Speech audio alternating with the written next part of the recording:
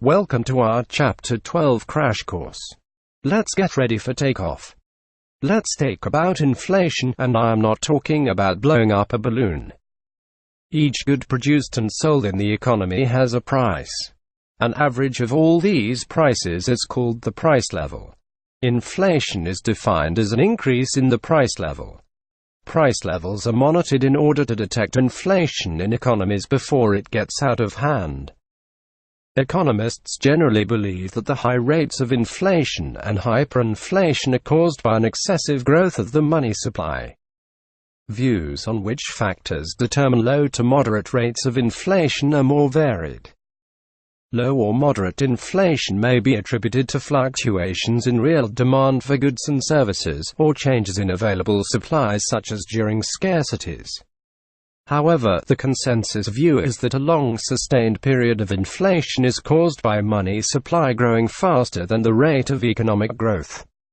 Inflation may also lead to an invisible tax in which the value of currency is lowered in contrast with its actual reserve, ultimately leading individuals to hold devalued legal tender. Demand-side inflation versus supply-side inflation. Demand-side inflation describes what happens when price levels rise because of an imbalance in the aggregate supply and demand. When the aggregate demand in an economy strongly outweighs the aggregate supply, prices go up. Supply-side inflation occurs due to a decrease in the supply of a good. This happens because of an increase in the cost of factors of production. For example, the minimum wage for labor has increased or the cost of imported raw materials has increased. When costs rise, firms will make less profit because revenue costs equals profit. Therefore they will cut down on the production of the good as it is not as profitable to supply the good at the same price. When there is a low supply of the good and demand remains constant, there is an increase in the general price level, assuming that this good is representative of all goods in the market. Pretty much all deflation is a decrease in price level. Deflation happens naturally when the money supply of an economy is fixed. The economy is said to be incurring a business cycle. There are 5 stages to a business cycle. These 5 stages of the business cycle are good representations of GDP trends. The real GDP is constantly fluctuating up and down. These could be called booms and contractions. These 5 stages show different points in time of GDP. The 5 types of cycles are: peak GDP at highest point, contraction when GDP decreases, trough low point of GDP right before it turns upward, recovery GDP is rising, expansion increases in GDP beyond recovery, leading, coincident, and lagging. Leading, coincident, and lagging are 3 types of indicators economists use to predict GDP. Leading, rise before GDP has upturn. Coincident, when peak of business cycle meets low point of trough of business cycle. Lagging, reaches high after the peak. Question: is an economic contradiction the same thing as a recession?